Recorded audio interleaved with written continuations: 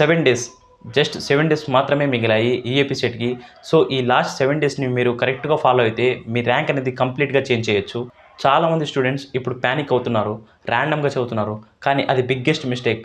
So ఈ వీడియోలో నేను మీకు 7 డేస్ పర్ఫెక్ట్ స్ట్రాటజీని చెప్తాను. డే 1 నుంచి అప్ టు డే 7 దాకా ఏమేమి చేయాలనేసి, సబ్జెక్ట్ వైజ్ ప్లాన్ అండ్ మీరు అవాయిడ్ చేయాల్సిన మిస్టేక్స్ అనేవి చెప్తాను. సో మీరు ఇన్ని రోజులు ఎలా చదివారనేది ఇంపార్టెంట్ కాదు, ఈ లాస్ట్ 7 డేస్ అనేది మీరు ఎలా చదువుతారనేదే మీ ర్యాంక్ని డిసైడ్ చేస్తుంది. సో వీడియోని స్కిప్ చేయకుండా లాస్ట్ దాకా చూడండి. Welcome to EAMCET guidance series video number 5. ఇప్పుడు ఫస్ట్ మనం ఒక ఇంపార్టెంట్ పాయింట్ని అర్థం చేసుకుందాం. ఇప్పుడు టాపర్స్ కూడా కొత్త చాప్టర్స్ని స్టార్ట్ చేయటం లేదు. వాళ్ళు ఏం చేస్తున్నారంటే వాళ్ళు ఏ చాప్టర్స్ అయితే చదివింటారో ఆ చాప్టర్స్ యొక్క ఫార్ములాస్ రివైజ్ చేస్తున్నారు, అలానే పీవైక్యూస్ని సాల్వ్ చేస్తున్నారు, అలానే దాంతోపాటు మార్క్ టెస్ట్ని రాస్తారు. సో అందుకని మీరు ఇప్పుడు కొత్త చాప్టర్ స్టార్ట్ చేస్తే మీకు కన్ఫ్యూజన్ పెరిగిపోతుంది, మార్క్స్ అనేవి తగ్గుతాయి. సో అందుకని ఇప్పుడు ఈ 7 డేస్లో మనం ఏం చేయాలో చూద్దాం. సో ఇప్పుడు ఈ 7 డేస్లో డే 1 అండ్ డే 2 అనేది స్మార్ట్ రివిజన్.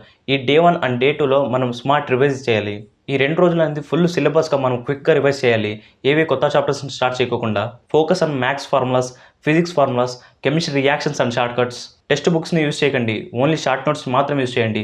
గుర్తుపెట్టుకోండి, డీప్ స్టడీ కాదు, క్విక్ రివిజన్. అండ్ ఇప్పుడు డే 3 అండ్ డే 4లో ఏం చేస్తారంటే పీవైక్యూస్ని సాల్వ్ చేయాలి, అలానే మార్క్ టెస్ట్ని రాయాలి. ఇక్కడ నుంచి మీ రియల్ ఇంప్రూవ్మెంట్ అనేది స్టార్ట్ అవుతుంది. డైలీ 2 మార్క్ టెస్ట్ని రాయండి. పీవైక్యూస్ ఏవైతే 5 to 10 ఇయర్స్ ఉంటాయో వాటిని సాల్వ్ చేయండి. కానీ ఇక్కడ ఇంపార్టెంట్ థింగ్ ఏంటంటే మనం మార్క్ టెస్ట్ రాసేటప్పుడు టెస్ట్ రాయడం కన్నా మనం టెస్ట్ రాసిన తర్వాత మనము అనలైజ్ చేయడం అనేది ఇంపార్టెంట్. సో మీరు అనలైజ్ చేయాలి, ఎక్కడ మిస్టేక్ చేస్తున్నారు, ఎక్కడెక్కడ మీ టైం అనేది వేస్ట్ అవుతుంది అనేసి మీ అనలైజ్ చేయాలి. సో అనలైజ్ చేసిన తర్వాత ఏవైతే మీరు మిస్టేక్ చేస్తారో ఆ మిస్టేక్స్ని మీరు ఇంకోసారి రిపీట్ అవ్వకుండా చూసుకోవాలి.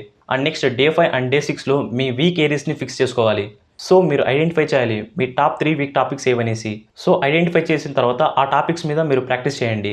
ఒకేసారి అన్ని ఇంప్రూవ్ చేయలేము, కానీ ఇంపార్టెంట్ ఏంటంటే మీ వీక్ ఏరియాస్ని ఫిక్స్ చేస్తే మీ మార్క్స్ అనేవి ఇంప్రూవ్ అవుతాయి. సో దీంతోపాటు డైలీ మార్క్ టెస్ట్ అనేది రాయాలి. ఏవైతే డే 1, డే 2, డే 3, డే 4 ఏవైతే చెప్పానో సో వాటిని మీరు ఫాలో అవ్వాలి ఈ డే 5 అండ్ డే 6తో పాటు. నా last day 7 light revision plus relax.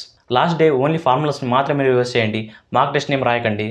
అర్లీగా నిద్రపోండి, ఫ్రెష్ మైండ్తో వెళ్ళి ఎగ్జామ్ రాయడం అనేది చాలా ఇంపార్టెంట్. అలానే మీకు టుమారో ఎగ్జామ్ అంటే నైట్ పడుకునేటప్పుడు పాజిటివ్గా ఆలోచించండి, మీరు ఎగ్జామ్ బాగా రాస్తున్నట్టు బాగా రాస్తారనేసి.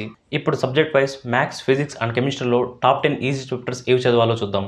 ఫిజిక్స్లో అయితే mechanical properties of solids, magnetism and matter, electromagnetic waves, units and measurements.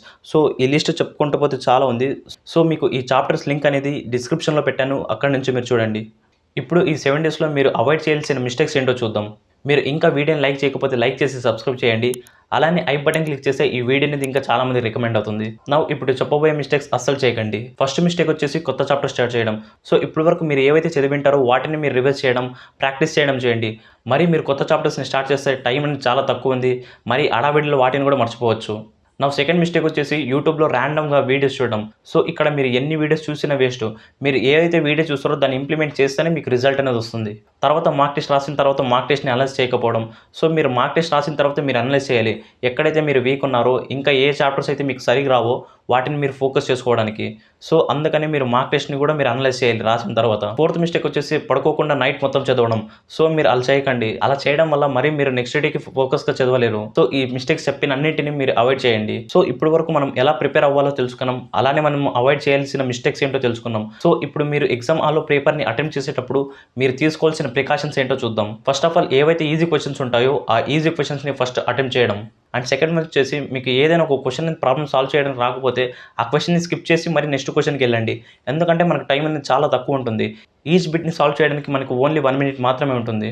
And last 10 minutes అనేది రివ్యూకి పెట్టుకోండి, అసలు మీరు అన్ని బిట్స్ అటెంప్ట్ చేశారా లేదా అనేసి. సో మెయిన్లీ కామ్గా ఉండండి ఎగ్జామ్ హాల్లో.